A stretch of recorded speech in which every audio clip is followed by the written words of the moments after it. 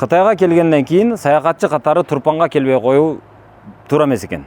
Себеби Турпан бул айрыкча ушул Кытайдын биз тарабында, Кытайдын ушул Үрүмчү тарабындагы эң көрүнүктүү, эң маданиятка бай жер экен. Архитектурасы өзгөчө, тамак ашы өзгөчө, жашоо образы өзгөчө, базарлары өзгөчө. Кыскасы ошол Турпанга барганыбызды дагы көргөзүп берейин. Турпан ар тараптан өнүгүп атыптыр. Архитектуралык жактан дагы, туризм жагынан дагы, өндүрүш жагынан дагы, азыркы заманбап технологиялар менен иштөө жагынан дагы. Көрүңүздөр. Бүгүн ушул Кытайдын Турпан деген шаарындамын. Кече Үрүмчүдө болгонмун. Турпан эми өзүнүн тарыхыйлыгы менен, анан өзүнүн бир табияты менен абдан башка шаарлардан айырмаланат. Деги эле дүйнөдө жок шаар экен. Бул деңиз деңгээлинен биз адатта ушунча метр бийик деп көнгөнбүз го. Көрсө Турпан бир 500 метрдей деңиздин деңгээлинен ылдый да турат экен. Ошон үчүн абдан ысык экен бул жер. Ушунчалык ысык экен, кээде топурактын ушул күн ысык учурларында топурактын градусу, температурасы дээрлик 80 градуска чейин чыгат экен.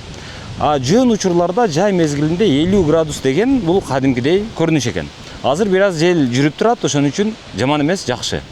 Азыр биз ушул Турпан жөнүндө мен сиздерге бир жакшына айтып берейин, себеби бизге пайдалуу жактары өтө көп экен. Себеби Турпан бул жөн эле тарыхый жер эмес, жөн эле бир ысык жер эмес, бул ушул ысык жерде жашоонун, ысык жерге ыңгайлашуунун, ысык жерде эмнелерди өндүрүүнүн нагыз бир үлгүсү ушул жерде бар экен.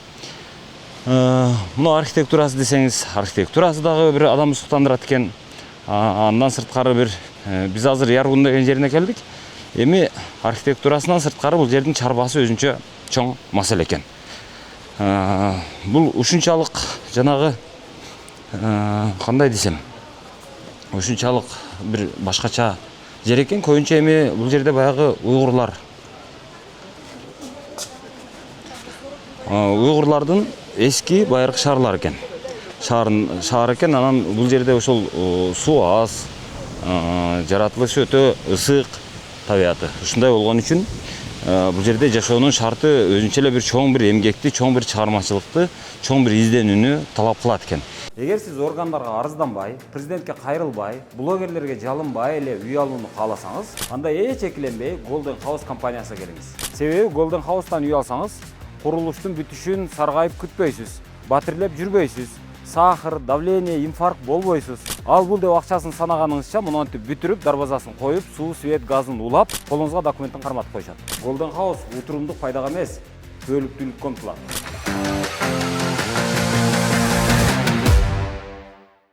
Эми ошол жаратылыш адамдарды издентип отуруп, бул таппаганды таптырып, кылбаганды кылдырып салыптыр.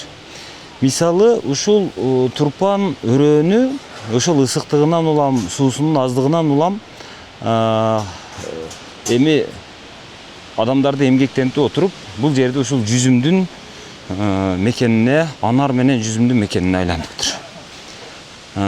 Бул жерде мисалы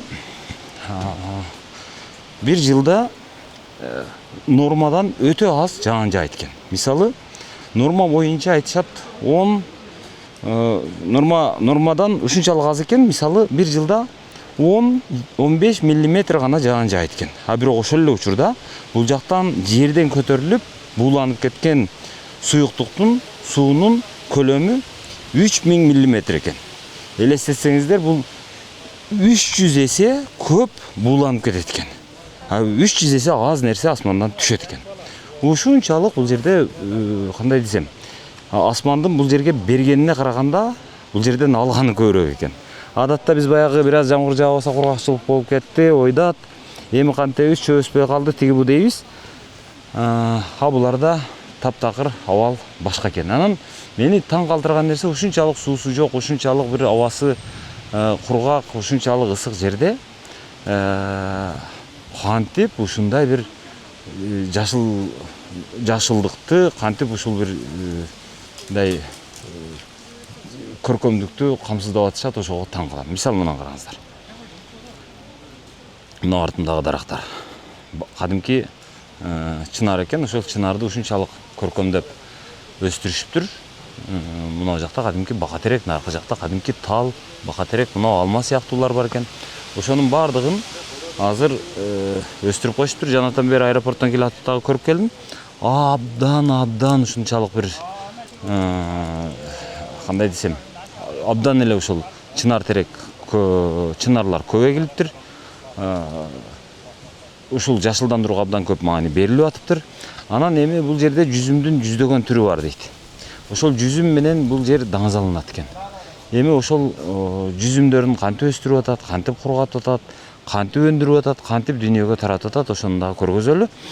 Мен сиздерге муну көргөзгөнүмдүн себеби, көргөзгүм келип атканын себеби. Эми бул жер баягы көбүнчө уйгур тектүү адамдар жашаган жер экен. Анан ушунчалык жанагы жүзүм жана анар менен даңазалангандыктан ушул дээрлик Кытайды жүзүм жана анар менен мына ушул жер эле өзү коондарыбыз менен камсыздап коет экен. Анан жүзүмдүн көптөгөн түрлөрү бар экен. Ошол түрлөрүн азыр ойлонуп атам. Кантип биз Кыргызстанга ушуну бир жүзүмдү, анарды, жүзүмдүн, анардын жакшы сортторун кантип Кыргызстанга алып кетсек болот? Кантип ошол жакта дагы өстүрсөк болот? Кантип булардын тажрыйбасын сурап, үйрөнүп, көчүрүп, иши кылып кантип алсак болот деп мен азыр ушу кадимкидей буларга суктанып баш оорутуп аткан учурум. Эми ошону сиздерге көргөзүп берейин. Москвадагы боордошторго оорустардын оозун ачырган, ооруну кууп качырган Айтылуу Алибековдун клиникасын сунуштайбыз. Тишиңиз ооруса да, ичиңиз ооруса да, онтоло оонап жатпай, Ваш доктор Алибеков клиникасына баш багыңыз. Сапатына баасы бап келген Ваш доктор Алибеков клиникасы Москвадагы Измайловский метронун 3-Парковая 12 дарегинде жайгашкан. Клиника укол саю, сүннөткө отургузуу, тиш дарылоо кызматтарынан сырткары кош бойлуу аялдарды каттап, төрөткө чейин байкоого алат. Дарт аныктоого зарыл анализдердин баарын аткарат. Алибековдун клиникасында үй бүлөлүк дарыгерден баштап терапевт, стоматолог, хирург, гинеколог, невропатолог, травматолог, уролог, кардиологко чейинки дарыгерлердин мыктылары топтолгон. Клиника заманбап лаборатория жана эксперттик класстагы УЗИ менен жабдылган. Бул клиника Яндекстеги рейтинг боюнча Орусиялык клиникалардын алдыңкыларына кирет. Саламаттыгыңызга сак болуңуз. Так, достор, Турпандын тургундары мынандай жалаң жерлерге тетигиндей кылып, көрүнүп атабы, көрүнбөй атабы, тамдарды салышат экен, жалаң жерлерге, шамалдуу жерлерге. Бактын арасында эмес, өзүнчө бир жайдак жердин четиндеги жерлерге ушундай там салышат экен. Анан бул тамдарды неге салат? Малдары шамалдап турсун дейби десең, жок дешет. Көрсө мунун максаты башка экен. Бул жүзүм кургатуучу жай экен. Ошол тамдын артында жашарып турган жер булар жүзүм бак экен. Ошол жүзүм бактан жүзүмдү терип чыгып, мына ошол тамдын ичине алып кирип илишет экен. Ошондо ал жакшы, сапаттуу, таза, даамдуу мейиз болот экен. Ошол мейиз өндүрүш үчүн, жүзүмдү кургатыш үчүн ушундай тешик болгон, шамал бир жагынан кирип, экинчи жагына көзөп чыгып кете турган ушундай тамдарды салышат экен. Негизи ушул турпандын жашоочулары, айрыкча уйгур тектүү жашоочулар ушул турпанды жүзүмү менен, анары менен бүтүндөй Кытайга атын таанытышыптыр. Анан булар ошол анарды, жүзүмдү ушунчалык бир адистешкен, ушунчалык бир кесипкөй деңгээлге чыгарышыптыр. Профессионализмден ашып бул искусствого айланыптыр. Анан ошол жүзүмдү таза, даамдуу, көркөмдүү, жанагы өзүнүн касиеттерин жоготпогудай кылып, жакшы болуп кургаш үчүн, кургатуу үчүн мына ушундай тамдарды салышат экен. Бул тамдар баягы тешик болот экен дагы, шамал тынбай кырылдап жүрүп тура тургандай болуп, көзөп өтүп тура тургандай болуп курулат экен. И ошон үчүн жүзүмдөрү жакшы болот экен. Булардын баягы мейиздери жакшы болот экен. Ошон үчүн булардын мейиздери бүтүндөй Кытай боюнча бааланат экен. Деги эле дүйнөдө булардын жүзүмүндөй жүзүм жок деп саналат экен. Анткени булар ошол жүзүмдү ушунчалык баягы профессионалдуу, ушунчалык бир көңүл коюу менен жасагандыктан ушул нерселерге жетишип атат экен. Бул жерде жөн эле бакты тигип коюу эмес, анан аны эптеп жүзүмдү өндүргөндөн кийин эптеп аны кургатып коюу эмес. Аны кургатуу үчүн дагы атайын бир архитектуралык бир ойлоп табуулар булардын колунан келиптир. Бул азыр ушул жергиликтүүлөр арасында Жаргун деп айтылат экен. Жаргун шаары, байыркы шаар деп. Бул Таң династиясынын маалында дагы айтылган экен. Ошол кездердеги бул чоң бир өлкөнүн борбору катары дагы айтылат экен. Айрыкча ушул уйгур каганатына тиешелүү уйгурдагы ушул уйгур хандыктарынын өрөөсүнүн борбору болгон дешет. Анан эми бул биздин Манас деген Манас чыгармабызда дагы эпосубузда дагы мына ушул Жаргунду Жаркен деп айтышат экен, Жаркент деп айтышат экен. Ал ошол эпосто көбүнчө жанагы соода борбору, соодагерлердин бир аябай көп топтолгон жайы катары ошол биздин эпосто сүрөттөлөт экен. Ошол жер, ошол Манаста айтылган Жаркен деген жер ушул Жаргун деп азыр ушул Турпанда экен.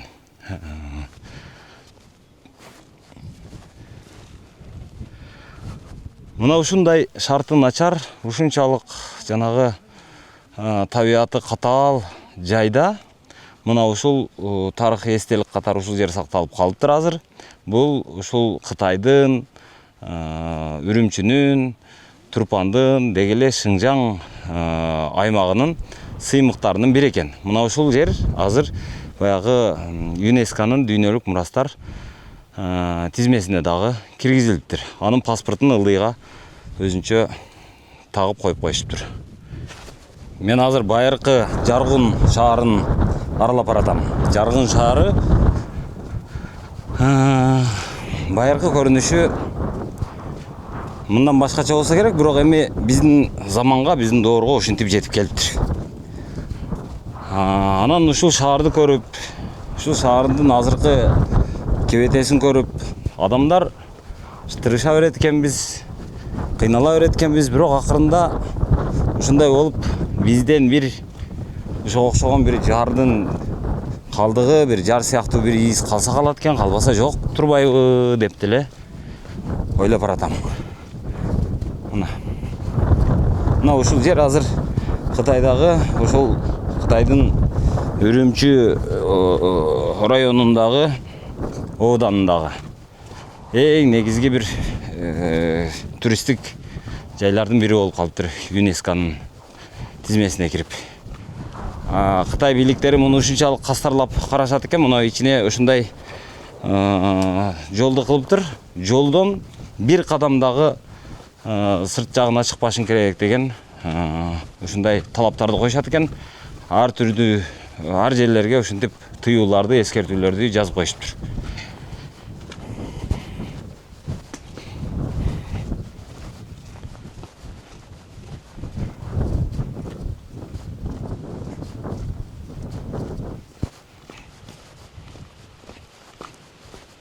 Бул байыркы Жаркун шаарынын азыркы кебетеси экен. Мурда ушул жер шаар болгон дейт. Ылдый жакта суу бар экен, ошол суунун үстүнөн 30 метр бийикке чыгып адамдар жашашкан экен. Анан бир жагынан суу бар, экинчи жагынан ушундай күн өтө ысык болот экен бул жерде. Күндүн ысыгынан коргонуп, адамдар ушундай эки кабаттуу үйлөрдө жашашкан экен. Алына жараша. Мисалы, тетигини карасаңыздар, бул биринчи кабат экен. Мындай ылдыйкы кабаты. Анын аркы үстүңкү кабат экен. Азыр үстүңкү кабаты ушул баягы замандын доордун өтүшү менен шамалга учуп, күнгө уйпаланып, жаганга эзилип дегендей өзүн жакшы сакталбай калыптыр. Бирок мына астыңкысы сакталыптыр. Ошондо адамдар, бул эми илгерки бир байдын үйү болсо керек да. Мындай асты бар, үстү бар дегендей, эки кабат дегендей. Азыр эми ошонун ушундай изи гана калыптыр. Башка эч нерсеси жок. Караңыздар. Көрсө адамдар бул үйлөрдө, көбүнчө эки кабат үйлөрдө күндүзү ылдыйкы кабатында жашашчу экен дагы. Түнү анан биринчи баягы үстүңкү кабатына көтөрүлүшчү экен. Себеби күн өтө ысык болгондуктан ошол күндөн качып ылдыйга түшүп, түнү баягы кайра эле күн бир аз шамал жүргөн учурда шамалыракта жатуу үчүн, дем алып жатуу үчүн кайра ошол экинчи кабатына чыгып жатып жашашчу экен. Кытайда азыр Си Цзиньпин аксакалдын айыл кыштактарды заманбап абалга алып келүү, айыл кыштактардын абалын жакшыртуу деген саясаты абдан мындай эмесинде баратыптыр, өзүнүн ылдамдыгында. Бирок аны биздин эс серчесинен кылып берген окшойт деп шектенип калдым. Неге? Себеби мынантип үйдүн ичи жанагы камгыш, жанагы ылай шыбак менен калып кетип атыптыр, бирок сыртын мынантип жакшынакай кылып шыбап, анан мынантип актап, сырдап, боеп сүрөттөрдү тартып коюшуптур. Туристтер келсе ушул жерлерге алып келишет экен. İçlerinden beri ana bunu baykasanızlar bunu duvallardın bunu kırlarına atayın bunu keçinde jana turgan çıraqtарды да орнотушуптур. Бул деген сөз keçinde жаркырап жайнап эле тургандай көрүнөт. Ана мынантип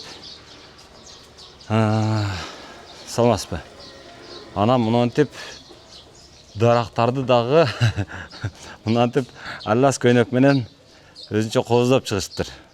Бул жерде ушул дарактарга дагы аллас көйнөк кийгизет экен кыскасы. Анан жана туристтер келсе ушинтип ушул жактарга алып келип көрсөтөт окшойт. Бизди дагы алып келишти. Мына жакта дубалды ушул килем менен кооздоп чыгыптыр. Мына караңыздар. Бул айыл кыштактарды өнүктүрүүбү же туристтик жайбы? Түшүнбөй калдым бул. Мына. Үйүнөн дубал жана килемдерди алып чыгып бүт ушинтип илип чыгыптыр. Бир жагы абдан колориттүү, абдан кооз, сонун көрүнөт экен. Тышында кулпуланып турат. Бул неге кулпуланып турат билбедим бирок.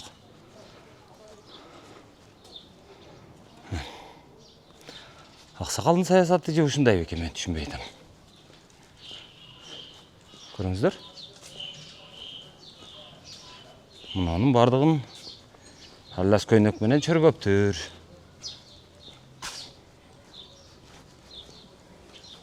Biz hazır sırtını bizleştiki maksat. Hazır bizniki mav kenet 3 adadli sayat ornu. 3 adadli sayat ornu olganı yana kelip maşu kentimizde 4 adadli sayat ornunun birisi var Karız. Biz Karız kelgen mimarlarına maşu kentimizdeki başka koçalarına ekilip bu ammalarını iqtisadi jihatdan kirim qilish uchun Бул мына жерди сыртын жасаганын себеби бул мынал азыр ушул айылдын мына кыштактын өзүчө 3А даражасындагы саякат району мынал жер. Ал жанында болсо жанагы Карыз деген 4А даражасындагы району бар да. Эми мындан ары тигил жерге саякатка келген туристтерди ушул жерде мына жата турган конок жайы менен дагы башка шарт жагдайлар менен таярлап ушул жердеги дыйкандардын кирешесин арттырууну максат кылган да. Ошол үчүн мына ол кыштактагылардын үйлөрүн жасап, ошого дайындап неме кылган. Анткени тигил Карыз бул жерге жакын болуп атпайбы? Ошондо бул белки чоң аксакалыбыз. Ошондо буларды туризм менен өзүңөр баккыла деп атабы? Ооба да. Андан сырткары бул мына биздин ошол бая айткан айыл кыштактарды өнүктүрүү дегенибиздин бир бөлүгү. Бул кандай себептер менен кандай айлаларды иштесек ушулардын кирешесин жогорулата алабыз. Ушулардын турмушун дагы да жакшырта алабыз деген нерсе. Түшүндүм. Белки чоң аксакалды айтам. Ошого жараша бул жердин баягы газ менен камсыздаш, суу менен камсыздаш, свет бар экен, канализация жанагы мына чыгынды сууларды алып кетиш, ошого окшогон түзүмдөрүн дагы кылып берди же эми өзүңөр ушул туризмдин эсебинен өзүңөр кылып алгыла деп атабы? Бул буяктын демекчи болгону эмди мышада азыр биз ушу дыйканлардыкини керемине жукурлутуш үчүн ар кыл немелерди кылып атабыз го, курулушларны език кышлакларныкы гүлдөндүрүш боюнча. Бунунда bununla selingan mesela su yollarını ravallaştırış, tok, gaz, her xil Jana çığındı sularda alıp ketiş. Hem de mağlayılık turmuş nimelerine bir taraf kılış. Aşılarının emmisi ketadigan çıkım ne? Mesela hükümet tarafından çıkırat. Bular qıp beremdi, yoki bo'lmasa bulaylık özleri muşu sayahatçılıkni kirgen özü tapkan pul bilen özleri verip kılamdı. Bunu hükümet tarafından bevasıta. Hükümet жағынан тикелей. Hükümetten bevasıta. Hükümet kılıp берет экен? Азыр кыла элек бирок, Азыр кылдымы бу тогурлук? Яки буну кийин кылынамды? Yok, hazır qıp boldu. Mesela bizning içimlik su aylarga kirish 100%. То есть азыр таза суу бар, ичимдик суу. İçimlik su var, ondan keyin Avraz yolu. Мына алды. Чыгынды суулардын Avraz yolu var. Барбы? 100%. 100%. Анан эмне жана кирсем баягы ким бирөөнүн үйүндө кадимкидей Баямкы кирген эски көмөдө. Жак ойнуң ичидеби ба? Шаш үйдө эмес. Сыртымы ба, ойнуң ичидеби ба? үйдүн ичинде барбы? Аматың бармы, жокму? Бир мына жанында көрүп алсаң. Ой койдум ба, айда ön içinden bas, sırtın bas. Газ Ичинде да сыртта да эки түрлүү иштеп. газчы. Газ бамы? Ya gaz hazır Işıtılgan gaz. Gaz hazır kemide mi? Азыр Газ жок экен, а? Gaz yok. Көп бар. Gaz bilim dep ekemde mayakı деген çağda bu öyləniki hazır burun qoyulğandı qurulması bexatarlik jihatdan düşmeydi o gazlık. Şununğa biz muşu bir tutaş özgertken yala olub qalsa, diyeleniki mesela gazını ekegenim. Ama meyeleniki öyləniki мына курулмасы иштетилүү мурдагы салынган үйлөр болгондуктан азыр ошол газды алып кирип киргизгенге булардын шарт жагдай немеси туура келеби келбеби муну баалап неме кылгандан кийин эгер келсе ошол кезде толук алып кирилет дагы элечи. Болду. Рахмат. ama mayakta kandaq Бул айыл ушул бойдон калат дейм, а? Калат бул булардыкын дагы мына өнүк туруп тигил неме карызга келгендердин немесин Көнө шаар сыяктуу кылат экен да. Кашкардагы көнө шаар сыяктуу кылып калтырат экен да муну, э? Буян әмді кейін ашу Қашқардық Коныша саят немесіге оқшашасында қыламыз. Бол, рахмат. Мақұл. Азыр.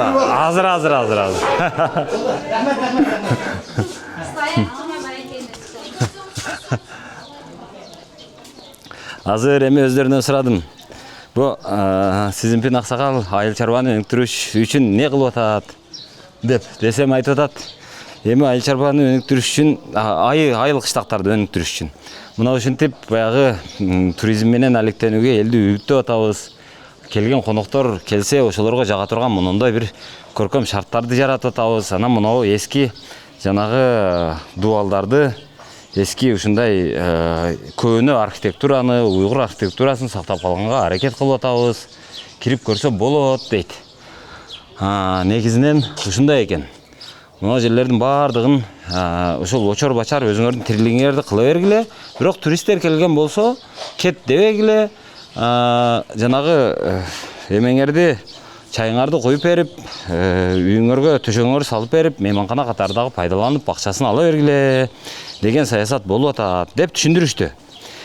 Анан эми ошого жараша бул канализация, газ, суу, свет деген нерселер менен камсыздап бере экен, же муну эл өзү ошо туризм эсебинен өздөрү камсыздап алыш керек бекен десек, токту 100% алып келип бергенбиз. Ичимдик сууну 100% алып келип бергенбиз дейт. Андан сырткары жанагы бизде канализация деп көнүп калганбыз, бирок чыгынды сууларды алып чыгарыш боюнча дагы баягы түтүктөрдү тартып бүтүп бардык үйлөрдү кошуп койгонбуз дейт. Эми газ маселеси чечиле элек, ал ошол газды алып келсек болобу, болбойбу? Ал маселени эми мына бул өкмөт өзү ойлонуп бир жаңсыл чечсе, ошого жараша эми болот дейт. Буларда ушул бир профессионал, жакшы бир дизайнер бул жерде иштегени көрүнүп турат. Бардык терезелерди мындай жыгач менен жааптыр. Бардыгынын бычымы бирдей. Бул баягы Кытай архитектурасына дагы дайын нерсе, ошого тиешелүү нерсе. Анан мынтип мына эски жыгач менен ушул эмелерди жанагы терезелерди кооздоо. Ушул дагы бардык жерде көрүп атам, бардык жерде ушундай түстү да ушундай тандашыптыр. Терезелердин бардыгын ушинтип жанагы бизде наличник деп коет го. Ушинтип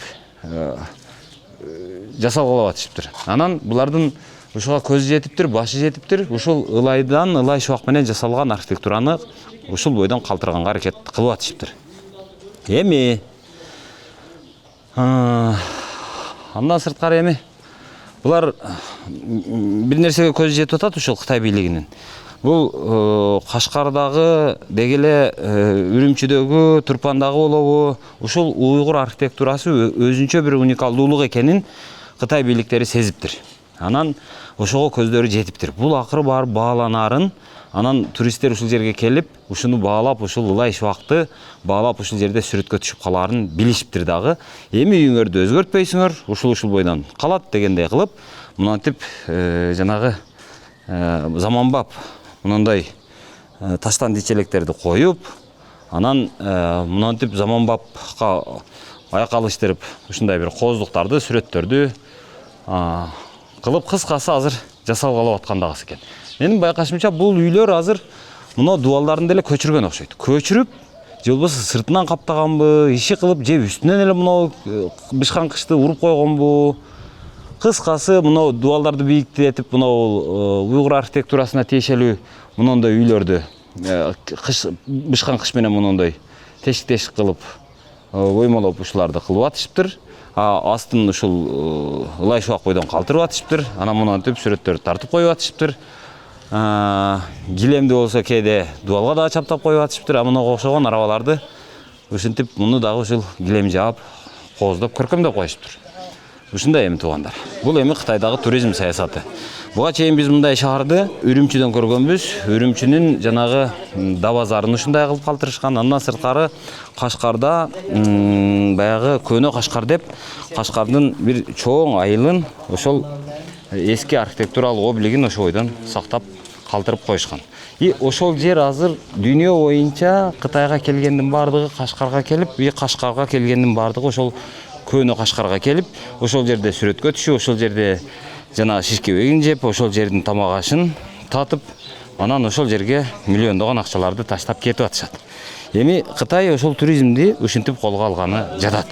Бул Кытайдагы туризм багытынын бир бөлүгү. Мисалы, ички туризмди жанагы Гуйлин деген сыяктуулар боло турган болсо, анан жакшы даамдар боло турган болсо, Кытай архитектурасы боло турган болсо, мына Үрүмчү тараптуу, ушул Шыңжаң тараптуу бүтүндөй ушул уйгур архитектурасы менен кооздомокчу. Достор, азыр бардык эле кыштактарды ушинтип бүтө элек экен. Эми ушул кыштактын баягы бир кичинекей бизге көрсөткөн кыштакка келдик да эми. Эми ошонун ичинен азыр жасап бүтө элек эми жасап аткан жерине дагы келдим. Мисалы, бул үйдүн эски дубалы жөнөкөй эле ылай окшойт эле, аны бузуп алып, мынатип кыштан кылып, бирок ылай түстүү ушундай кызыл менен боептур. Мына жагы боело элек экен. Анан эң негизгиси мынаны караңыздар. Ушул үйдү эскиче кылып жасап атышыптыр. Азыр жасатып атыптыр. Кимдин эсебинен жасалып атат билбейм, бирок мына эски жанагы камыштан токулган мына шыпты калтырышыптыр. Анан мына чоң-чоң белдиктерди, мына торсундарды калтырыптыр. Үстүнө мына таштамайларды ушинтип таштаттыр. Анан эми эки чекесинен бекемдеп мынантип кыштан уруп, мынантип бийиктетип беришиптир. Эми бул деген сөз ушуга тийбейсин, ушундай кыласың деп атышат. Бул баягы Көнө архитектураны, ушул уйгурлардын эски архитектуралык почеркин сактап, аны ушул дүйнөгө мындай бир кооздук катары көрсөтүүнүн амалы экен деп мен түшүнүп атам. Ушундай эми туугандар. Макул, рахмат. Жок, рахмат, кеттим. Майли. Ушундай. Азыр мен сиздерге бир нерсени көргөзүп бергим келет, туугандар. Мына ушул эми жанагы уйгур архитектурасын сактап калуу жолу менен туристтерге бир жакшы шартты түзүп, туристтерге көргөнгө, сүрөткө түшкөнгө, Инстаграмга чыгарганга, Фейсбукка чыгарганга, анан жанагы уйгур архитектурасынын өзгөчөлүктөрүн баяндап бергенге мүмкүнчүлүктү калтырып атышыптыр. Анан Кытай бийлиги ушундай жол менен баягы айылдын өзүн багып, андан сырткары ушул жанагы элдин ушул мамлекеттин туристтик потенциалын дагы көтөргөнгө аракет кылып атыптыр. Бул абдан мындай карасаң, абдан сабаттуу, абдан ойлонулган нерсе экени көрүнүп турат. Мен азыр абдан таң калып атам. Эми Кытай бийлигинде күч бар экен, ушуну кыла алып атат. То есть мына дубалды ушинтип жаса, мына жерге мына эски мына торсунду алып, мына мисалы мына торсундарды, каарларды алып ыргытып бербей, ордуна темир коюп койбо, жылтыратып краскалаба. Кытайда эмне көп, жанагы пластик көп, арзан, билем аны. Бирок ал пластигибизди, биздин пластикти койбой айланайын. Ушул дарбазаң ушул бойдон калсын, сакталсын, бул жерге туристтер келсин, сүрөткө түшсүн деп атыптыр. Мен түшүнгөнүмө караганда. Турпандагы эң негизги өзгөчөлүк мага жакканы бул TikTok'ту элдер кантип колдонуп аткандыгы болду. Көрсө биз TikTok'ту жаман көрүп жабып атабыз. Көрсө биз TikTok'ту туура эмес эле колдонуп аткан экенбиз. Кытайда TikTok жаралган жерде TikTok'ту такыр башка максатта колдонот экен. Көрсө TikTok'ту жаштар кадимкидей түз эфирде отуруп, өздөрүнүн чыгарган товарын рекламалоо үчүн, сатуу үчүн колдонот экен. Мисалы, бир айыл өкмөткө бардык, ошол Турпандагы. Ал айыл өкмөттө мындай экен, коон өндүрүшөт экен. жүзүм өндүрүшөт экен. Жүзүмдөн кийин мейиз өндүрөт экен. Дарбуз өндүрөт экен.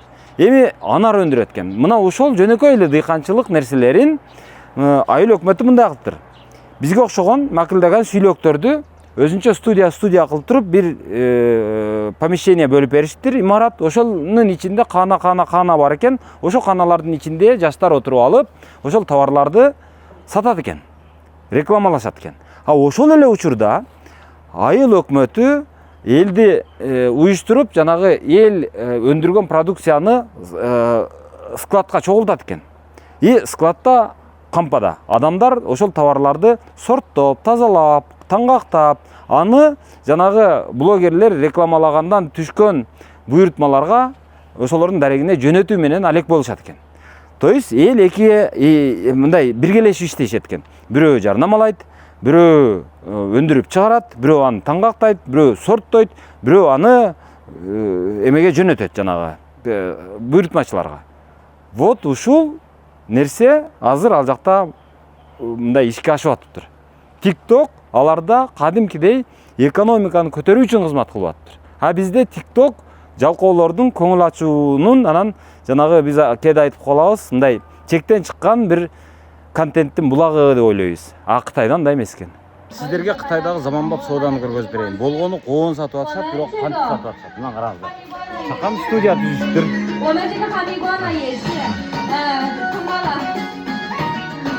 Рахмат. Алдында коон турат. Коондор жешет экен, бийлешет экен. Ошентип сатып атышат.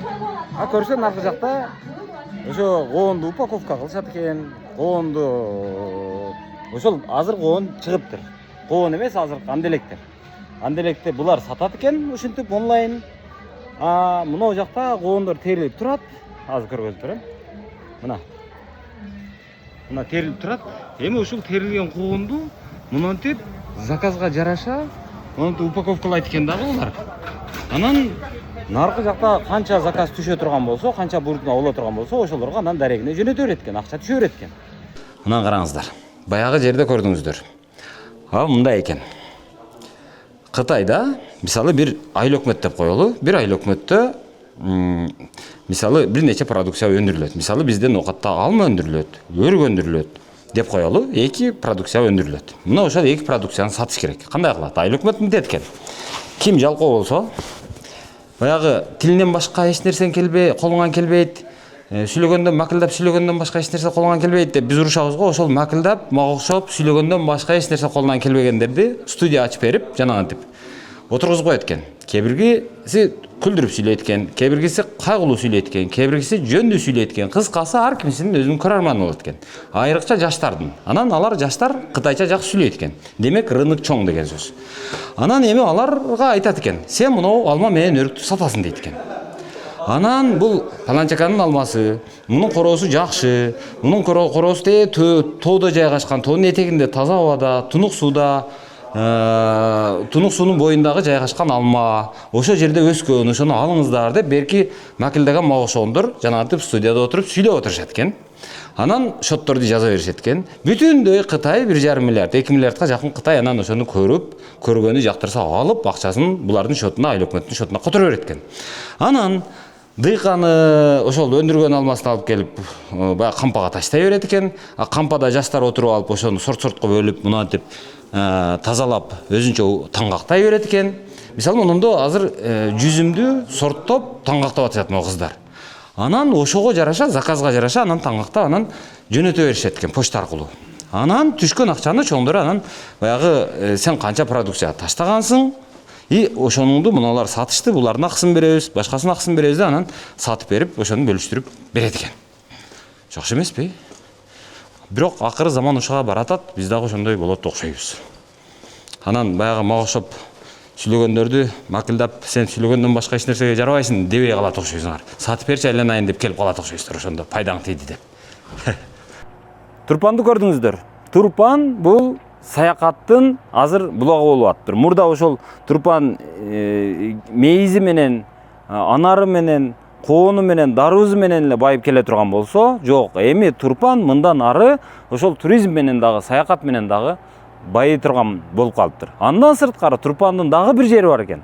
Аны биз көрбөй калдык тилекке каршы. Бирок барып дагы бир жолу көрүп келсе болгудай. Ал жакта адамдар мындай сууктан коргонуу үчүн же болбосо ысыктануу үчүн Турпандын кумуна барып, кум ваннасын алышат экен. Ал жерде ошол кум ваннасын алуу үчүн дүйнөнүн ар тарабынан миңдеген адамдар келет экен. Ошол алар ушунчалык күн ысык болсо, чөл болсо, ошол чөлдүгүн дагы пайдаланышат экен. Ошол чөлдүгүнөн дагы пайда табышат экен, акча табышат экен. Эми кыскасы мен көргөн бул Турпандын бир бурчтары гана болду. Эгерде кимде ким каалай турган болсо, ошол Кытайга барууну көздөй турган болсо, жон гана соодадан тышкары ден соолук үчүн дагы, акыл эс үчүн дагы, дүйнө тааным үчүн дагы ошол Кытайга мындай бир барып аралап өзүңүздөр көрсөңүздөр болгудай экен. Кытайды ар ким өзү тааныш керек экен, бирөө аркылуу эмес. Бул Кытай уйгур дегениң туризмге катуу олуттуу киришип калыптыр. Бизге окшогонго нан бергидей эмес окшойт. Мына караңыздар.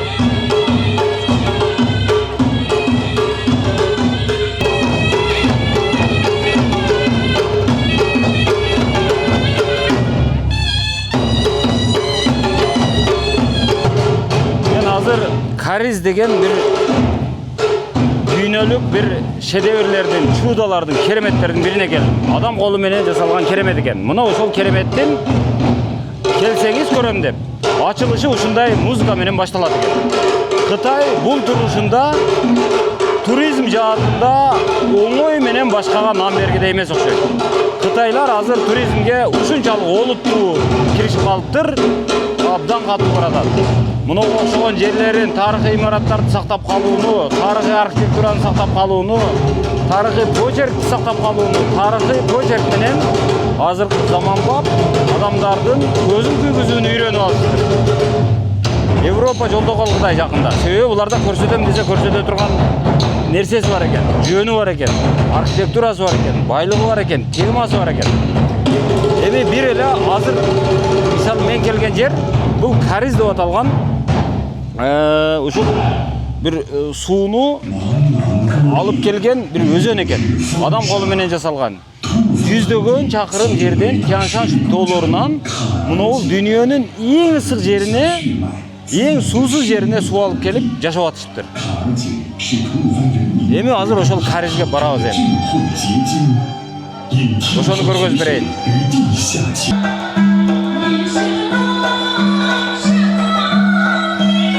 Уйгур калкы дагы өтө кыйын калк экен.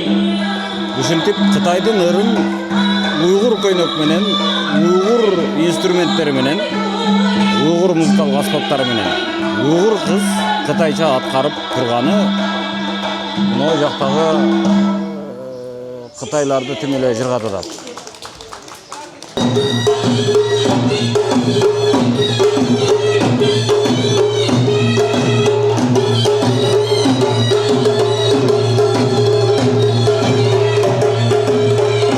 Кариз дегенде азыр айтып берейин. Бул кандай? Бул ошол Кытай тарыхындагы Кытайдын баягы улуу коргон деп коет жергиликтүүлөр. А биз баягы орусчадан түз которуп улуу Кытай дубалы деп жүрөбүз. Мына ушул азыркы ушул Турпандагы Каризди бул жанагы ошол улуу коргонго тете адам колу менен жасалган керемет дейт экен. Кандай болгон? Мына көргөзүп берейин азыр. Мына бул кадимки жанагы Тянь-Шань тоолору.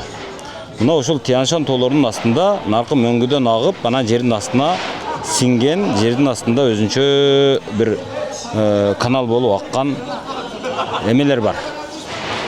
Кандай десем, суунун агымы бар. Мына ошол суунун агымын топтоп келишип булар, топтолгон сууну. Булар мындай кылышыптыр.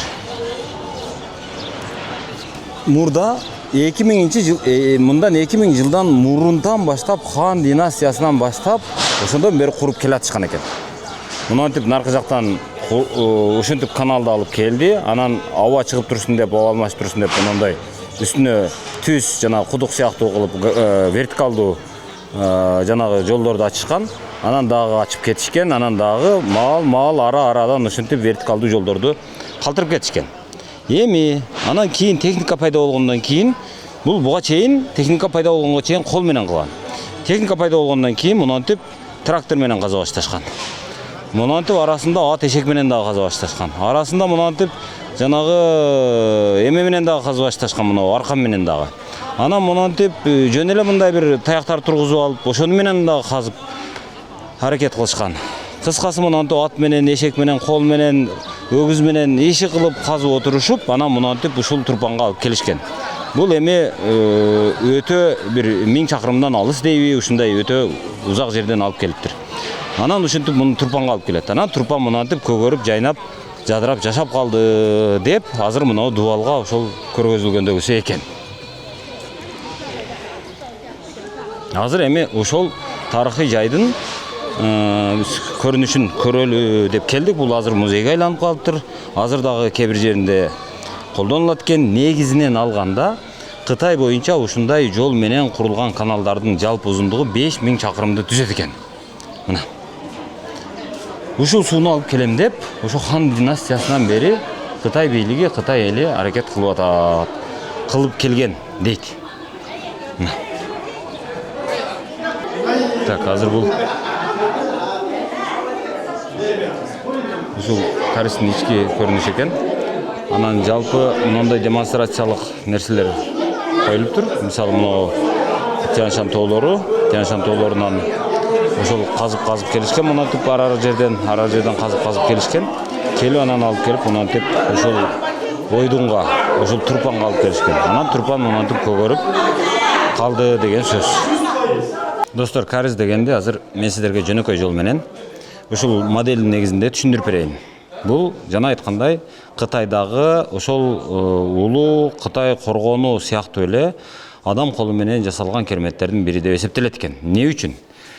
Мындай экен. Мына бул Тянь-Шань тоолору. А бул жакта Турпан турат. Турпан ылдыйда. Бирок ошол Тянь-Шань тоолорунан мөңгүдөн агып жердин астына сиңген суулар бар. А Турпанда суу жок. Эми ошол Турпан өрөөнүн суу менен камсыз кылышы үчүн булар кандай кылышкан? Булар монантип казган, монантип жерди казган. Казып, монантип сууга жеткен. Сууга жеткенден кийин суунун арак бирагын оюп, кийинкисин казган. Себеби аба чыгып туруш керек. Анан дагы казган, анан монантип дагы казган. Ушинтип ар бир ушундайдан бир 1000ден ашык канал казылыптыр, мондай сала болуп. Тоодон жерге баягы өрөөнгө каратып. Эми ошол ар бир саланын узундугу 3 чакырымдан 15-20 чакырымга чейин жетет экен. Эгерде булардын жалпы узундугун кошуп санай турган болсоңуз, бул бир канча? Бир 3500 километрдей болот экен. Бул Бишкекке барып келип кайра барган, Бишкекке 2 жолу барып келгендей болсо керек. Же ошондо дагы ашып калабы? Ошол сыяктуу болот экен. Анан Ош менен Бишкектин ортосундагы жолду санай турган болсок, ар бирин 700, 1,5 боло турган болсо, ошол 2 жолу Ошко барып, Ош менен Бишкектин ортосунда кайра келип, кайра барып, кайра кеткенге жетет экен.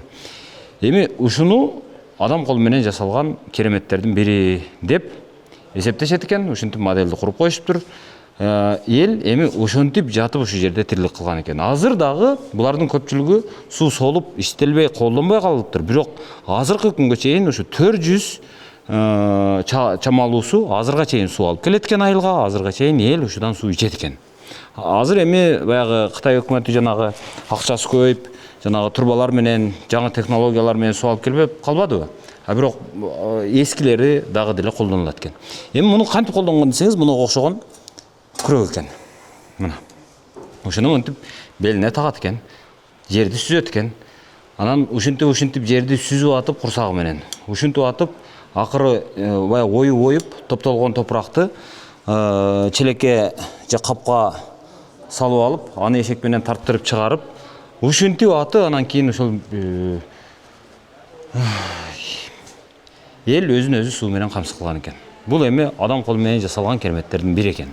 Биз азыр жон гана эмесин көрдүк, моделин көрдүк. Бирок чындыгында деле бул абдан оор, чындап эле бул баалай турган эмгек экен. Кариздин кандай болгонун азыр түшүндүрүп бергенге аракет кылайын. Мына кадимки суу. Ошол Каризден келип аткан суу. Ошол Кариздин күчү менен келип аткан суу экен. Эми караңыздар. Мынау адамдар мынау жақта құдық тұрады, мына құдық қатары мынантип жипменен түшкөн, ор кылып мынантип казып. Анан кийин мынантип отуруп алышып, анан бул жакты арыкты андан нары казып кетишкен. Дагы бирөөсү тескери карап отуруп алып, аркы жакты карап оюп кеткен, мисалы мынында оюп атат ушинтип кетмен менен.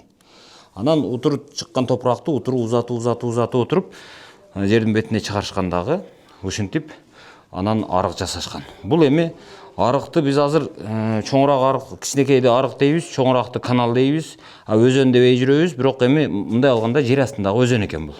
Колдо жасалган өзөн. Карез деген сөздү ошентип которсок болчудай окшойт.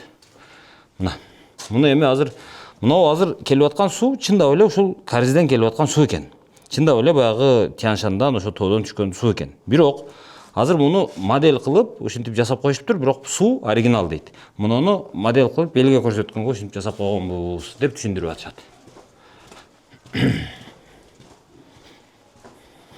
Кече Үрүмчүдөн чыгып, анан Турпанга келдик. Турпан бул ушул Кытайдын эң ысык райондорунун бири экен. Мисалы, Үрүмчүдөн чыгып аткан учурубузда кече абанын температурасы 14 градус болчу, биз үшүп атканбыз. Анан ылдам поездга чыктык, болгону 1 сааттай жол жүрдүк. Ошо 1 сааттан кийин эле келип Турпанга түштүк. Турпанга түшсөк, абанын температурасы 32 градус экен. Аба аябай ысык экен, бирок кургак экен. Ысыйт экенсиң, бирок көп тердебейт экенсиң. Эми албетте кыймыл болсо тердегидейсиң, бирок жөн отурганда тердебейт экенсиң, аба ушунчалык кургак. Анан эми ушул сапарды ким уюштуруп атат? Ыдырыс жана башкалар Кытайга кантип келип калды деген суроо болот. Көрсө Кытайда атайын Кытай бийлигинин курамында жанагы үгүт бөлүмү деген бар экен. Мына ушул үгүт бөлүмү деген бөлүмдүн кызматкерлери жыл 12 ай бою ар түрдүү мамлекеттерден журналисттерди, блогерлерди алып келип, эки багытта иштешет экен. Бирөөсү Кытай саясатын түшүндүрүү, андан сырткары экинчиси ошо Кытайдын туристтик жайларын көрсөтүп даңазалоо экен. Жакшы мейманканаларга жаткырат экен, жакшы тамактарын берет экен, жакшы мамиле кылат экен. Анан туристтик жайларды өздөрү алып барып көрсөтөт экен. Андан сырткары ошол музейлерди, жанагы Кытайдын бийик алдыңкы технологиялык имараттарын, андан сырткары ошол эң технологиялык жактан өнүккөн, кубаттуу, бакубат өндүрүш жайларындагы көрсөтөт экен. Мисалы бизди трактор чыгаруучу заводко алып барышты, музейлерге алып барышты. Андан сырткары ошол жанагы мечиттерге алып барышты, ислам окуу жайына алып барышты. Анан мынантип Турпанга дагы алып келишти. Турпан эми эң чоң туристтик жайлардын бири экен. Азыр ушул Турпан ушунчалык өнүгүп атыптыр. Мурда жанагы дуалдан, жөнөкөй баягы саман дуалдан үйлөр боло турган болсо, азыр ал дуалдар негизинен акталып, сырдалып, же жок эле дегенде сүрөт тартылып, облиги өзгөртүлүп атыптыр. Анан Турпан эми бүгүн күн салкыныраак болуп атат, бүгүн эртең менен. Анан мындан кийин ушул эртең эле кайра күн ысыгыдай дейт. Анан Турпандын бир жакшы жери мындай Турпандын эми мындай символдорунун бири бул анар менен жүзүм экен. Эң негизгиси жүзүм экен. Мына ушул Турпанды азыр мынантип көргөзүп берели деп турам. Турпан кандай шаар, Турпанда кимдер жашайт деп. Турпан эми негизинен уйгур тектүүлөр жашаган жер экен. Азыр бизди мынау отельге алып келип жайгаштырышты. Отель абдан жакшынакай экен, абдан кооз экен, абдан бир кымбат отель экени көрүнүп турат, тамактары да жакшы экен. Ушул эми сиздерге Турпанды көрсөтүп берели. Турпанга өзүнчө адамдар бир нече максат менен келишет экен. Эски ошол уйгур архитектурасын көргөнү, андан сырткары жүзүм бактарын көргөнү, анан эски ушу Турпан архитектурасын көргөнү, анан тарыхый жайлар бар экен. Мына ошолорду көргөнү келет экен. Андан сырткары дагы бир багыты бар экен Турпанда. Турпанда күн ушунчалык ысык болгондуктан топурак, кум ушунчалык ысыйт экен. Адамдар кумга буланып, жанагы топурак ванна деп коет го, же кум ваннасы. Ошол кум ваннасын алганы келишет экен. Мисалы адамдар келип, ошо кумга буланып жатып, өзүндөгү баягы денедеги суукту айдап, ысыкты алып, 1 жылга ушундай ысыктанып, энергия алып, энергия жыйнап кетүү үчүн ушул жерге келишет экен.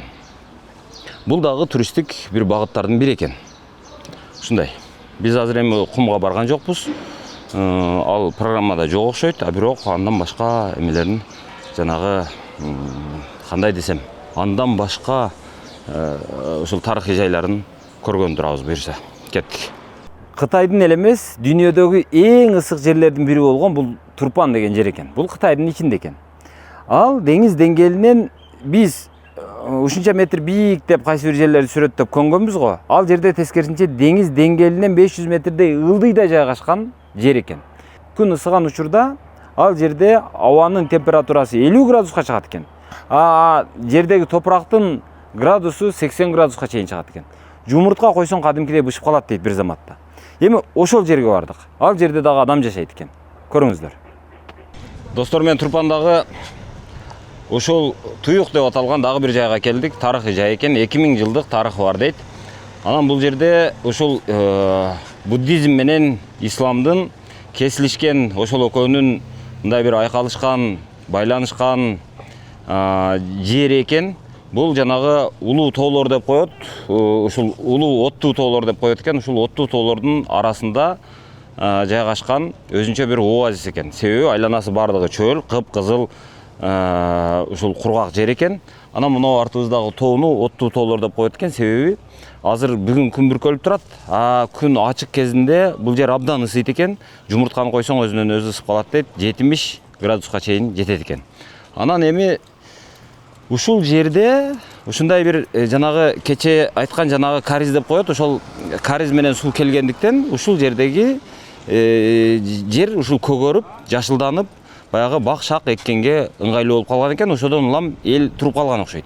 Эми ошол кариздин күчү менен ушул жерде жашоо бар экен. Анан бул жердин эң негизги 2 легендасы бар экен. Бир легендасы ушул жерде ислам диндүүлөр, мусулмандар ушул өздөрүнүн динин сактап калуу үчүн башка жактан көчүп келип, жашырынып ушул жерде көпкө чейин туруп калышкан экен. Ал бир легенда. Ошон үчүн азыр мусулман зыяратчылар үчүн бул жер абдан маанилүү экен. Ошол эле учурда буддисттер үчүн дагы бул жанагы кандай десем, буддисттер үчүн дагы маанилүү экен. Себеби буддисттер ушул жерде жанагы миң уктаган деп ошол үңкүрлөр бар экен. Ошол буддизмдин дагы дининин ушул жерде бир изи бар экен. Кыскасы бул баягы кытайлар үчүн дагы, бул жердеги мусулмандар үчүн дагы, баягы уйгурлар үчүн дагы маанилүү жер экен. Архитектурасы абдан эски. Мындай көрүнүшү ушундай экен.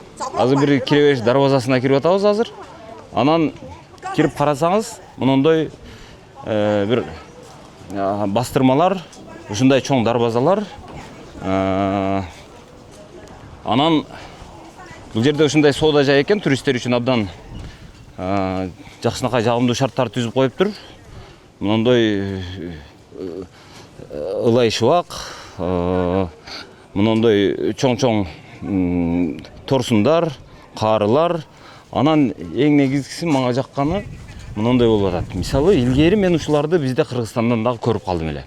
Азыр ушул нерсе дээрлик бизде кезикпей калды. Мынтип кадимки камышты токуп, муну кадимки килемдей кылып, анан ушул шыпка торсундардын үстүнө төшөйт экен дагы, анын үстүнөн анан топурак менен төшөп, ушинтип жан сакташкан. Мурда бизде дагы бар эле. Кийинчерээк ушул нерсе жок болуп кетти. Анан кадимки саман шыбак, азыр мен сурасам, ушул көөнө жанагы эски архитектуралык почеркти, эски архитектуралык ушул жашоону ушинтип сактап калалы, ошону элге көрсөтөлү, жайылталы, ушул архитектуралык бир курулуш ыкмасын биз жанагы элге намыстанбай тескерисинче сыймык катары көрсөтөлү деп муну сактап, азыр тескерисинче азыр айрым имараттарды буздуруп болсо дагы кайрадан ушундай эскиче кылып Кытай бийлиги жасатып атып турушуларды. Анан бул абдан жакшы көрүнүш экен, себеби бул муну жашырып, муну жок кылып кайда барабыз эми? Андан көрө ушул кылымдардан бери турган нерсе, ушул 2000 жылдан бери сакталып келген нерсе келип эле азыр сакталбай калмак беле, сакталат да. Анан ушул нерсени азыр бир Кытай бийлиги чоң бир Кытайдын брендтеринин, Кытайдын сыймыктарынын бирине айлантып атыптыр. Мага өтө жагып атат. Мына көрүңүздөр. Мындан биз деле Кыргызстан деле үлгү алса болчу да экен. Мына эски буюмдарды, ушу эски килемдерди ушул жерге көргөзмөгө коюп ушинтип сактап калганга аракет кылып атышыптыр.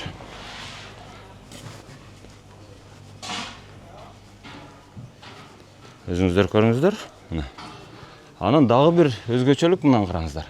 Кадимки теректерден торсун кылып коюптур дагы, үстүнө жүзүмдүн куураган жанагы сотолорун деп коелу, бутактарын ушинтип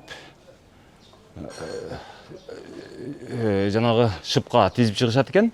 Болду, ошол бир эле учурда шамал да өткөрөт экен, бир эле учурда көлөкө да берет экен.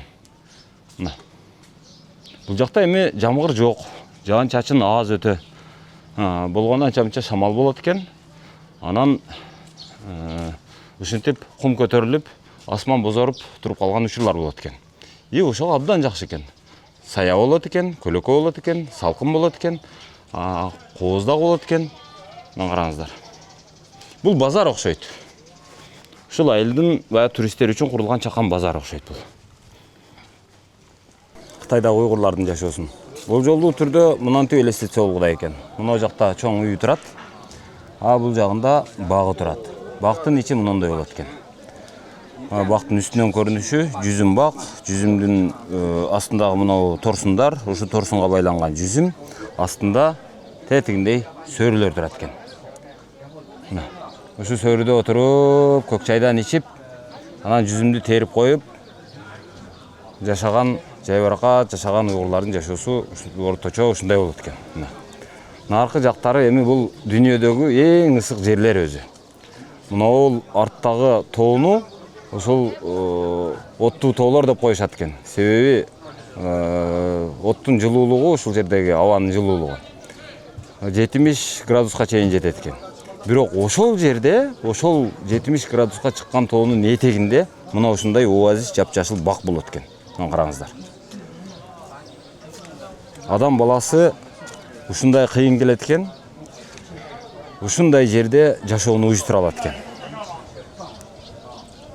Атайын ушул жүзүмдүн мекенине келгенден кийин жүзүм алып кетпесем болбос. Азыр мунундан 1 килограмм, мунундан 1 килограмм кылып 2 килограмм жүзүм алдым. Ошол мейиз. Муноосу асарт экен. Муноосу бир түрдүү экен. Бирок экөө тең абдан ширин экен. Мен мындайды баягы биз көбүнчө Ирандын, анан Тажикстандын жүзүмүн жейбиз ошто. Мейизин. Бирок көп деле жыргата бербейт. Бул таптакыр башка экен.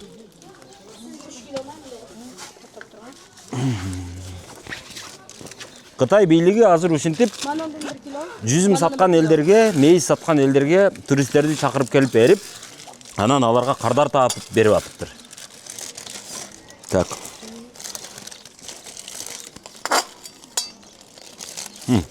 Poşpil yok mu? Yok da. Bende yok. Koy. Ay benim. Kantemiz. Anda Yüz kulanda. anda жүздү бере берейин. Siz мага берип коесуз. Makul. Азыр жок деп баарына 100 юанды калдырбаса болду бул эжеке. Мен ыздач бере турган ыздачым жок эле деп.